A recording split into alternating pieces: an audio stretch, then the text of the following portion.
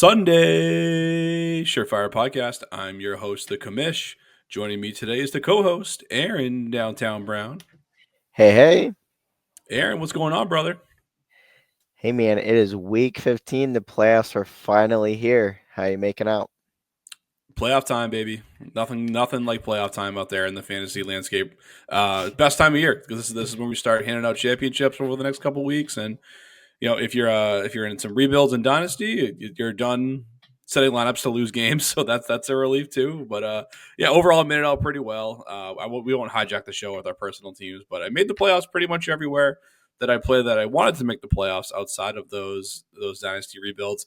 One or two leagues didn't go how I wanted, but overall it went pretty well. Aaron, how about you? Yeah, no, I'll say so too. Made the playoffs in a few leagues. It's always fun when you got a little bit of drama. Lost by 2 points in one league that we both are in as well. So that was not fun. But as you said, dynasty leagues made some key trades this year where I knew I was not going to make the playoffs, but I like how my team's looking for the upcoming year. So gotta love that. Yeah, I mean And I you got to and love I building in believe we dynasty. all. I was gonna say I believe we all made our Sunday Surefire best ball playoffs too. Yeah. I'm glad the dynasty stuff went well for you. But speaking of which, the Sunday Surefire Invitational, which is a 36 player best ball setup that's currently with three leagues operating, three teams of 12. Each of us, myself, Aaron Downtown Brown, and our other co-host who's not here tonight, Ethan Weaver, all are the commissioner of one of those leagues. And at the end of the playoffs in the finals week, whichever team playing for the championship across the three leagues scores the most points is going to be the overall Sunday Surefire Invitational champion. We'll also give out championships for the people that win the individual leagues, but Aaron, Ethan, and I play in these leagues, and like Aaron said, all three of us did find a way to make the playoffs. The top 7 teams in those formats make the playoffs, so only the number one overall seed comes home with a bye. I know you and Ethan are around top 4 or 5 seeds, so you'll be playing this week. Your boy, the commission, ended up with the first round bye in his league, so I'm not sure what your guys' Congrats. problem was. But we are all still in the fight for the league championships and that overall championship too. So it's always good when us here on the panel can be well represented in the standings at the end of the regular season in that tournament.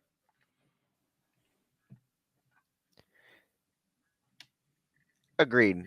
Yeah, it's definitely fun. And want to continue that excitement next year too, and get more. We grew it from one league to three leagues this year too, so definitely will be exciting to see that invitational grow in years to come. Yeah, for sure. It's a lot of fun. We want to get more layers to this. We're going to actually seed the leagues based on finish this season. So if you finish in the top 4 in one of the leagues this year, you're going to be in League 1 next year.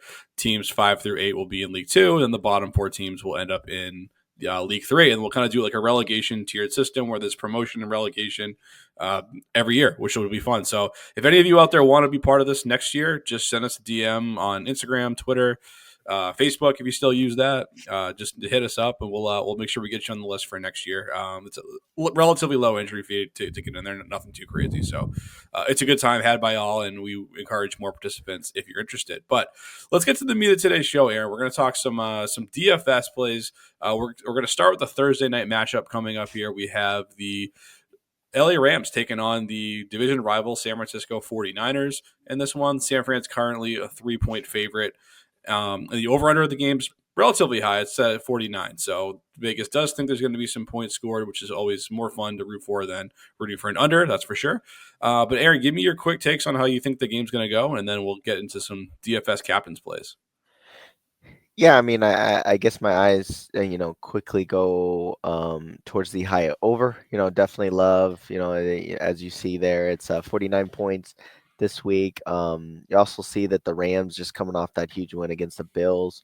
You also are, even with the Niners have had their downfall this year, not as strong as previous years. They still do have firepower this year through the passing game with Purdy too. So I still think they're an exciting team. I mean, San Francisco is favored, as you can see. I actually do like San Francisco still, even off of maybe the Rams running the high off of playing the Bills, but I still actually like the Niners. in this matchup. I just think the Rams defense has too many loose holes throughout this year. Yeah, talk about two teams that had really high expectations coming into the year, and they're now both very much fighting for their playoff lives. So both teams really need to win this game. It's a big game for both sides. So I think it's going to be competitive. The 3 point spread sounds appropriate, especially with two divisional opponents who are very familiar with one another. These coaches, obviously Sean McVay and Kyle Shanahan, they are very close, and they have disciples all over the NFL. So they know each other really well. There's no secrets between these two at this point. I'm gonna lead into San Francisco to win this game to cover the 3 point spread. I feel a little better if it was -2.5, but it's three, so I guess I'll go with them to cover the 3 point spread. Just being home on a Thursday night where the Rams do have to travel to get there, coming off of, like you said, a big win against the Bills. But sometimes those big wins can take a lot out of a team, and the Rams have kind of been in win now mode for the better part of over a month. So sometimes I can catch up to teams, and I think the Niners are a little bit better overall than they've shown so far this season. And I think they're gonna win some games here down the stretch and maybe sort of stay in the wild card race for at least for another few weeks. And that starts with a big win, hopefully for them this Thursday night. But we like to talk about DFS captains lineups on this program. These are salary cap type leagues that you set up on DraftKings where you have your traditional salary cap. Every player costs a certain value to get them into your lineup. But the captain's a little bit different. You have to spend 1.5 times the normal allotment to get this player into your lineup, but you do get 1.5 times the points for that player that you elect to put in your captain spot. So you got to be selective. If you go expensive at captain, you got to get cheap out elsewhere. And if you go cheap at captain, you can put more pieces of the game into your lineup too. So Aaron, who did you go with as your captain this week? Yeah, as you can see, I went with Jawan Jennings. There's a couple players I do like in this game, especially through the air. But I mean, Jennings is actually having wide receiver one numbers. I mean, he's averaging 15 points per game in DFS, and that's pretty much in a full point fantasy league as well. So Jennings is commanding targets this season, right? Purdy is slinging the ball. Kittle just came off of a big game, so I think with the injuries and different things they got going on, I do think it's Jennings and Kittle is the 1 and 2 option out there. And then I think you can see even on my betting tips there too. I think Debo's going to be forced to run a little bit, right? So as we know, when he's got to run the rock. That's those were back in the days where Ayuk benefited. So I'm just kind of substituting Ayuk in my mindset here, and I think Jennings may have a good game. Yeah, I like the thought process. You can see on the screen there. I went with Brock Purdy as my captain. So I do think that the way to win this game for the 49ers is going to be through the air. And I just, rather than, I do have Jennings in my lineup, I should say that. But rather than try to pick which 49er is going to be the benefactor here the most, I figured I'd rather just take the quarterback, the guy distributing the football to all those skill players, and then add a couple of those guys into my lineup too. So hopefully gets form a stack that pays off. But it's a combination of things to pick Purdy. It's that, and I also see what Josh Allen did to this Rams defense just a few days ago. And look, I know Purdy's not going to be confused with Josh Allen anytime soon, but the guy's pretty damn good in his own right. So I mentioned LA traveling on a short week. Didn't like that for them either. And if you look at the state of the 49ers running back room, and it's pretty well documented if you listen to any outlet, they're pretty decimated at running back. Obviously, McCaffrey and Jordan Mason are done for the rest of the fantasy season. And you look at Isaac Garendo, who was everyone's hot waiver wire pickup a week ago, myself included. I mean, he's questionable to play in this game. He did practice on a limited basis on Wednesday, but at the time of this recording, we don't know if he's going to play. So they could be down to Patrick Taylor, number 4 running back on their depth chart. Also, maybe tossing Izzy Abanikanda.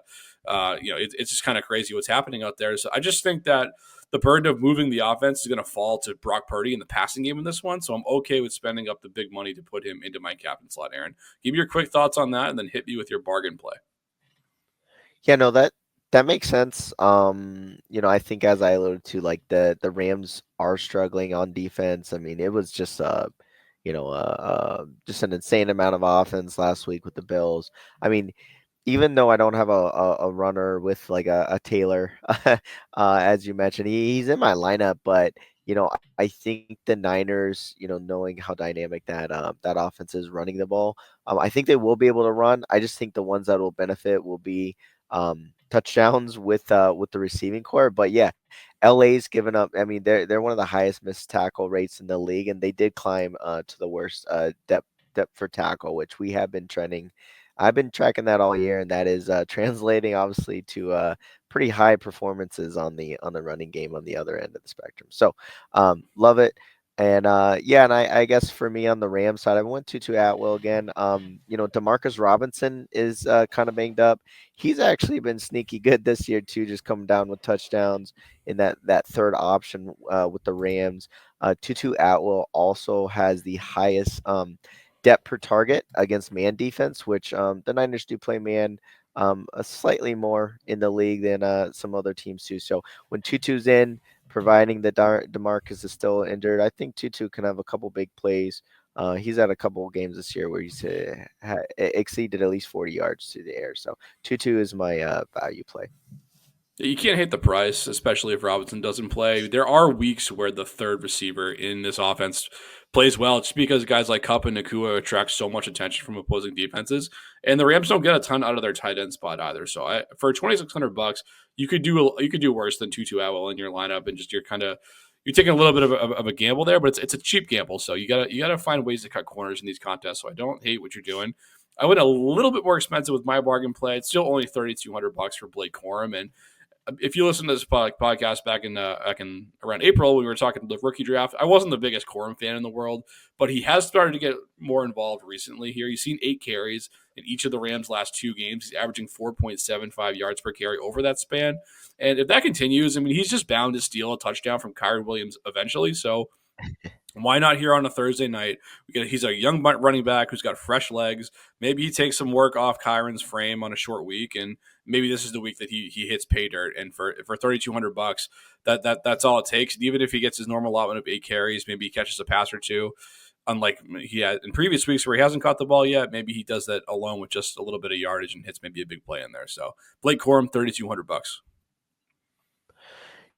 Yeah, I think we talk dynasty a lot. I think it is nice to see that Corum is getting introduced into the offense a little bit more, playing a little bit more snaps, getting a little bit more touches. I do like that. DFS, I mean, like you said, it's still a gamble. That those cheaper players.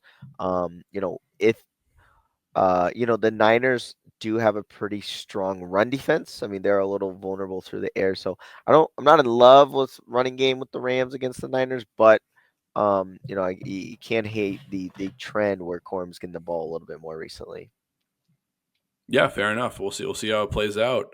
We'll keep the train moving here on to the next segment, and we're going to talk about our regular Sunday slate of players that we talk about. Again, these are DraftKings lineups. Just your traditional salary cap. You can choose which format you play in, whether it's a big tournament with thousands of people where you're trying to take home $1 million, or you can get on there for a couple dollars and play in a head to head, whatever you like. But we'll run it down here. My bullish buy here, which is our expensive players, is David Montgomery, $7,000. He's playing at home this week against the Buffalo Bills. And listen, we know what this Lions offense is capable of. We know what David Montgomery can do every single time he's on the field. He scored 5 touchdowns over his last 5 games. He gets the luxury of running behind Pro Football Focus's number 1 ranked offensive line. The Bills' defense has given up the 3rd most points to opposing running backs this year, so it's a strength against a weakness, which I like leaning into. The over-under in general for this game is 54.5, which is by far the highest one on the slate this week. So I think it's just a perfect storm for the Detroit running backs to crush, whether you want to go Gibbs or Montgomery or both of them even. It might be a rare case where you spent 2 expensive running backs on the same team. But I ended up just keeping Montgomery in my lineup here, $7,000. And let's be honest too, like for if that's your highest player in your lineup, it does offer you a little bit of flexibility with the rest of your lineup to put some more high profile players in there. So that's what I got with David Montgomery as my bullish buy. It looks like you're thinking running back, but in a different game. Am I right? I am, yeah, we're both going running backs. I mean, I love getting that Lions Bills pieces in there, right? I'm not showing it here, but got a couple surprises. Got a couple guys in there as well. So yeah, I mean, Montgomery's getting the rock all year, so is Gibbs. So it's not even like it's not even a hit or miss every week. Like they're both definitely producing. But yeah, I'm going Derrick Henry.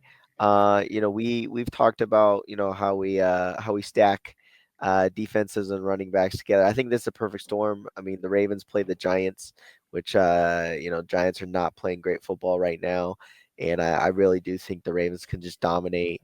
And I look. This could be pretty legacy known Derrick Henry game where I think he can just run all over the Giants this week, where they are also one of the worst run defenses in the league as well. So yeah, I went Henry a little bit more, paid up a little bit more, but I think he could have a huge game. Yeah, he's a smash play if you can afford to fit him into your lineup for sure. And we're kind of thinking the same thing. You're stacking your defense with your high profile running back. So I like to call. I mean, it's hard to knock Derrick Henry, especially coming off a bye week too, where they were able to rest up, get ready to go for this one against an inferior Giants team. I think it's going to be a feeding frenzy down there in the second half at MetLife Stadium, and I think that's where the Ravens defense is really going to feast. So we're on the same page with Baltimore. No need to really dive too deep into that.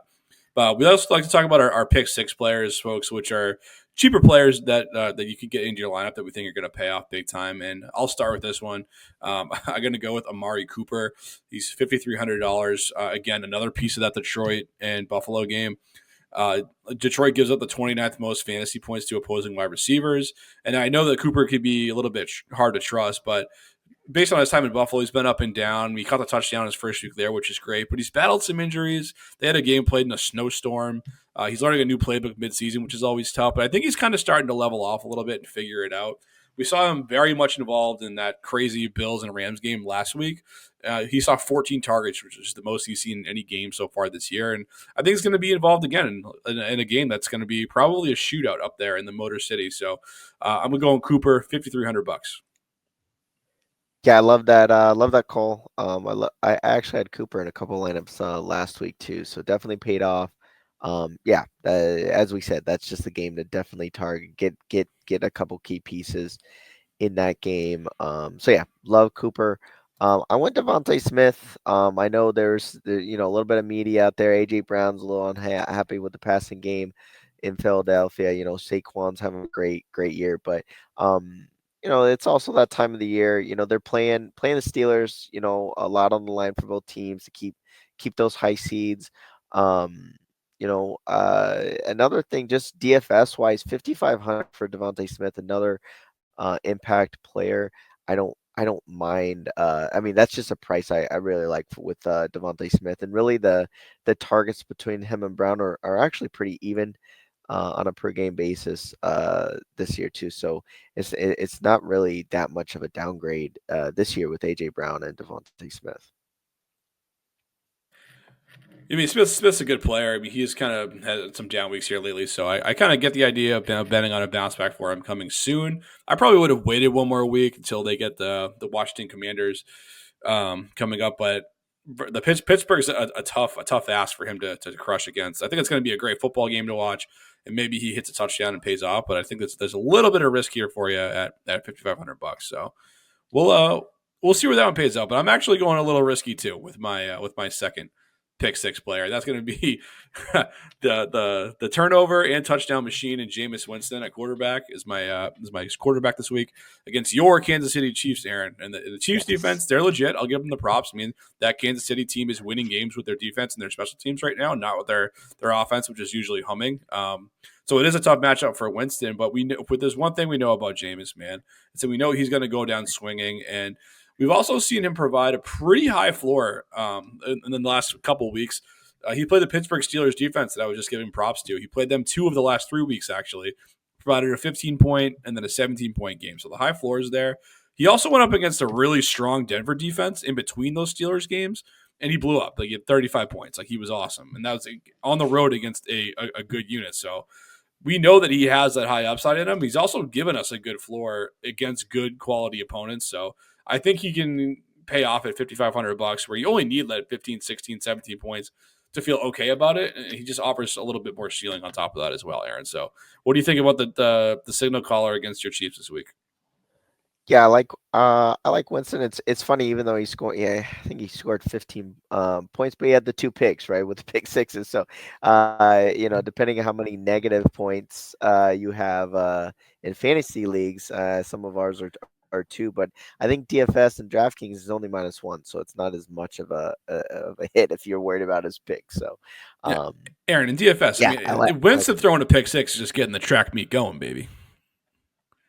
That's Like, true. It just revs him up, right? And he actually is just going to get the ball back that much quicker. So it doesn't hurt you that bad in DFS. yep. And it actually just helps you with your yardage too. Because if he goes over those 300 yards in the game as well, you get an extra 3 points. So you get the bonus points in DraftKings. So don't hate that. I don't mind it's against the Chiefs. They're doing their little midseason woes to try to make everybody feel sorry for them right now.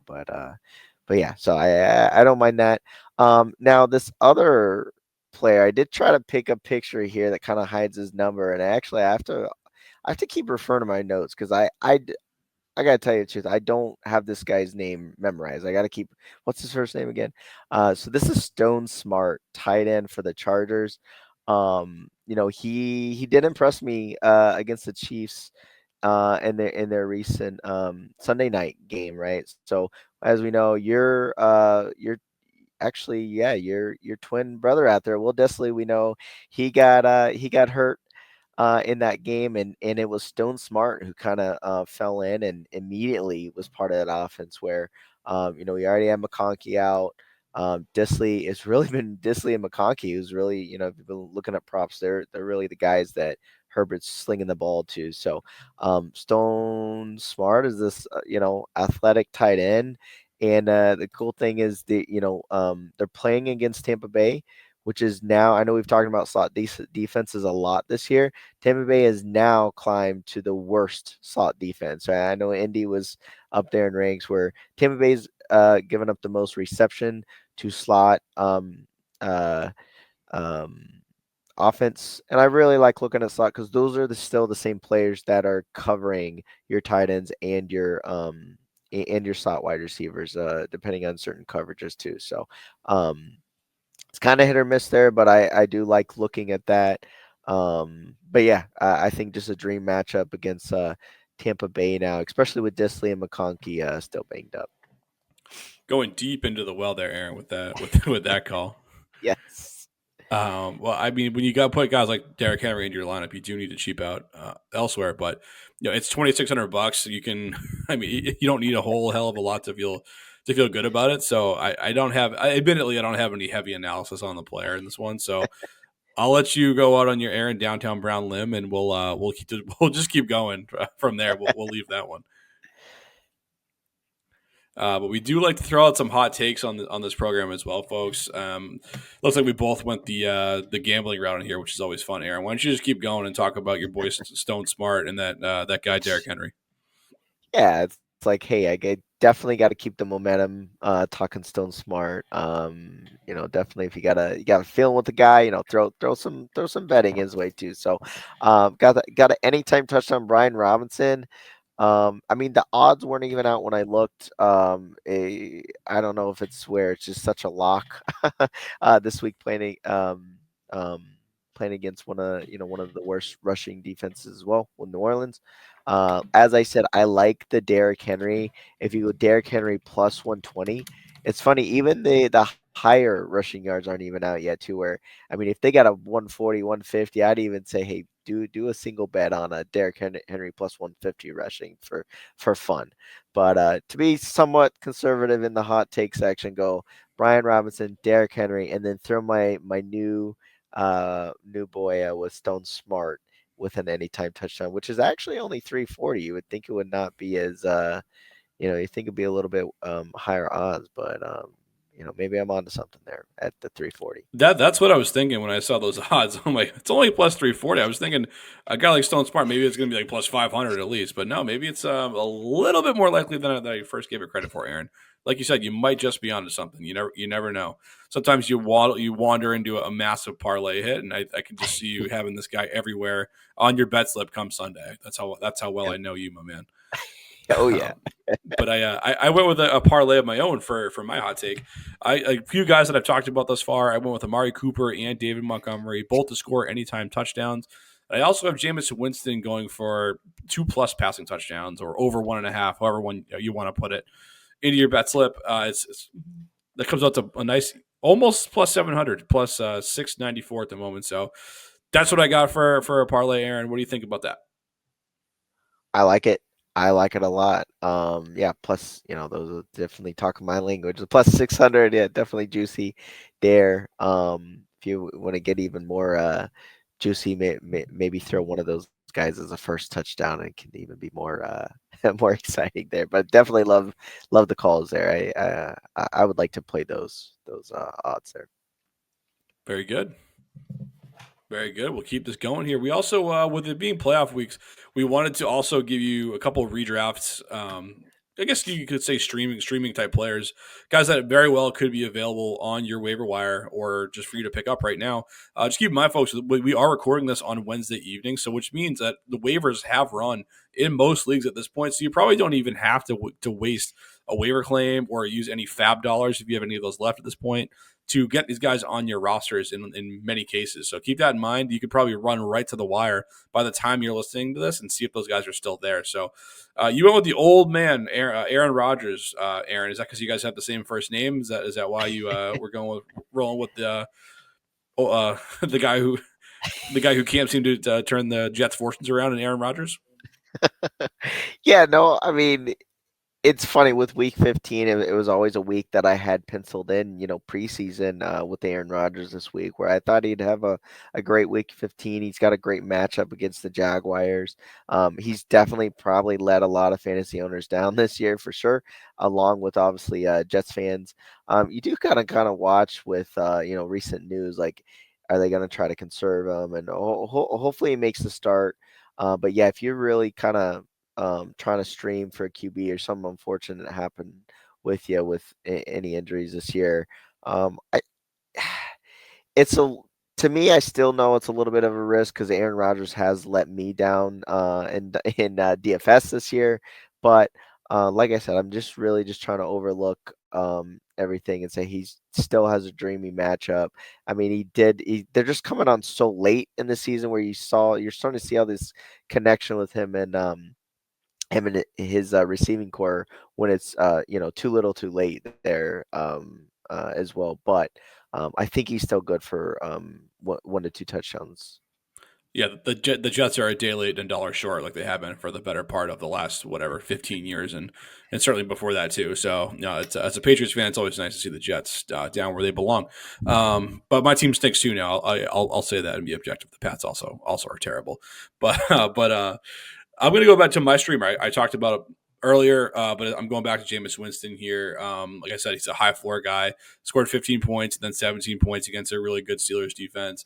Exploded for 35 points against a really tough Denver defense on the road. So just a good combination of a player who can give you a decent floor if you're in a pinch, and also provide some ceiling. It's you can't really find 30 points on the waiver wire in most leagues, and I think Winston's the type of guy who will chuck the ball around the yard enough to do that in the right circumstance. And if you look at where he's rostered in just 20% of leagues on ESPN and Yahoo. He's only rostered in 34% of leagues, and over on CBS, it's 52% rostered. So, like I said, if you're in a pinch, you can do a lot worse than Winston.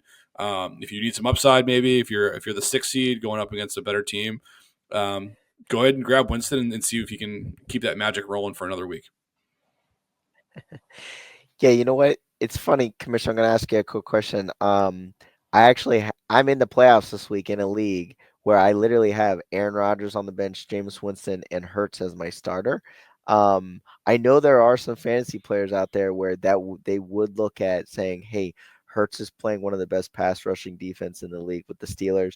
Would you entertain streaming either one of these QBs over Hurts, or Wouldn't do it. would you be I mean, Hurst crazy?" is just that locked in and bona fide. I mean, you when they get the ball to the 1 yard line, what are they doing?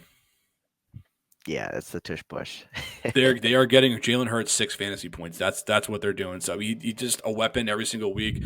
Hurts is matchup proof. You have to just roll him out there and hope for the best. Even though it doesn't look great at all times in the passing game, and Barkley's having a hell of a year. I mean, Hurts is going to get his. And as much as I like guys like Winston this week as a streamer, I'm not willing to make that plunge over Jalen Hurts. Yeah, I agree. It's funny. I liked both of these quarterbacks matchups last week. Hurts had Carolina. I was like, hey, you probably won't have to throw that much, but he still threw up 20 fantasy points. So I thought it was worth the discussion. It's kind of interesting. I know some fantasy players really get in the weeds over it, but I think as you always say, hey, play what got you there when it comes to the playoffs. Play your studs. Don't overthink it sometimes. Yeah, you can think yourself right out of the playoffs and into an early playoff exit by going against what got you there for 14 weeks. So definitely feel that. But let's keep going here. Let's go to another guys that are very well could be on your waiver wire. Um, Maybe you can grab him for nothing, hopefully. And my guy here at the running back position is Sincere McCormick versus the Atlanta Falcons. And you might be looking at this guy like, who the heck is this guy? I've never heard of him. He's a former undrafted free agent. Did not enter the league very highly touted at all. Hasn't really done anything on the NFL landscape prior to the last couple of weeks. He was named the starting running back for this Monday night game by head coach Antonio Pierce earlier this week. And I know the matchup might not be great, but listen, we're talking waiver wire guys here, folks, and he was able to handle 15 carries last week for 78 yards. That's good for 5.2 yards per carry. The Raiders, as we know, they're in full evaluation for the future mode. So they want to give McCormick a chance to handle a bigger workload. I mean, they know Alexander Madison's not their back of the future, and the rest of their backfield is either on IR or they're Dylan Lobby and they can't play. So that's where they are. They're in evaluation mode, and if you need some help in a flex spot, I think he's a guy who can at least come in and give you some volume and help. Maybe even falls in the end zone. And all of a sudden, you're looking at 15 points on the day, and he's another guy who's not rostered a ton of places on Yahoo. He's only 32% rostered, ESPN 23%, and then 59% on CBS. So there's a really real chance that this guy is still out there, and if you need some help desperately in a flex spot to hopefully advance another week in your fantasy playoffs, this is a guy you should be targeting. Yeah, I don't hate that call. I think if you're kind of desperate to try to find a starter, running backs are kind of somewhat safer streaming plays. Sometimes if you know you're going to start, you think they're going to get snaps for sure. You just want touches at that point. Get you some points if you're in a somewhat deeper league. So I definitely don't hate that. I think Raiders season's about over, so they want to give guys like this a shot. More likely than your Abdullahs and Alexander Madison's the one that see it. Hey, does this guy have a future? So, um, exactly. So yeah, I don't hate that call. Too, that trend may continue there with McCormick. I went Josh Palmer. So it's funny. So if you don't have the stones to pick up Stone Smart and play him as flex, I do think Josh Palmer is a nice secondary option. Um, in that Tampa Bay Chargers game. As I said, Lad McConkey's banged up. That meant, for last week against the Chiefs, Palmer did have to play 60% of the snaps out of the slot, that is exactly where Lad McConkey thrives in the offense. So, hey, Josh Palmer is going to have to do double duty. I think it is an interesting play. So definitely track if McConkey's going to play. But just in general too, I think it could be, we know Tampa Bay can put up points. So I don't mind starting Josh Palmer. I mean, honestly, even if McConkey plays, it might be a little bit more of a gross play, but definitely if he's out, I loved Palmer play this week too. Yeah, it is a gross play. I'll say that. It's if especially if Lad's back on the field, especially Herbert is also banged up too coming into this one. So the matchup on paper is a good one. I'll certainly grant you that. And Palmer did look okay last week as well. So I mean, there's some hope here, but this has the feel to me of a guy that you're putting in there, and you're pretty much hoping he scores a touchdown, which could happen. So you do have that out, but I like him a little more as a streamer in full point PPR formats, or if he can get 5 receptions, even if he Yes. comes away with like 50 something yards, maybe you're talking double digit points. And if you have 2 or 3 flex spots to fill, that can be passable. So I like where you're going. I'm not going to blast you for the call, but there's certainly a degree of risk there going with Josh Palmer. I agree. I do have a backup play. Kind of I was anticipating how this convo was going because we went a little bit deep. I know we're calling them streamers, if you're desperate off the waivers, but on the flip side, I do want to talk Khalil, Shakir, with that going back to that Bills Lions game again too. That's why I was a little quiet when you called out Cooper. Love Cooper as well, but It's funny. Projected fantasy points with half point has Shakir about 10 points this week, but 13, 14 points with a full point PPR, which I think he can definitely exceed that in this Lions Bills game. So Shakir is going to be my little bonus play for squads that have a little bit stronger team that they might, they have a couple studs on the bench and they're not quite sure who to start. I would say, hey, Shakir is definitely a bona fide play this week. Yeah, barring having a team that is extremely top heavy at wide receiver, you're getting Shakir into your lap this week in that game. Dawson Knox, or obviously Dawson Knox hasn't done anything this year, but Dalton Kincaid has not really lived up to the hype either. So Shakir, in a lot of ways, has become a safety valve for Josh Allen. And I said earlier, I'm a big Amari Cooper guy for this week, but I could see Shakir getting a piece of it as well, especially with a game with such a high over under that there's going to be touchdowns in that game. That I could see them both having a good day. I like it. I like it. Commish, any parting thoughts with week 15? Any other bonus plays or any other call out guys that you're tracking? Yeah, no specific calls in terms of players. Just overall, folks, don't overthink it. Just play your studs. Don't get freaked out by matchups or anything like that. And the guys that you've been playing all year, leave them in there and just do as well as you can with those tough decisions that you got to make. And those flex spots. And if you need any help with that, we're here to help at Sunday Surefire. Hit us up on Twitter at Sunday_Surefire, on Instagram at Sunday Surefire, Facebook. We're on there at Sunday Surefire. So yeah, it's all hands on deck to win in the playoffs. But we're here to help. So make sure you reach out to us. Make sure you're hitting that subscribe button as well. That's a big help. Comment, like, all that good stuff, folks. And until next time, peace.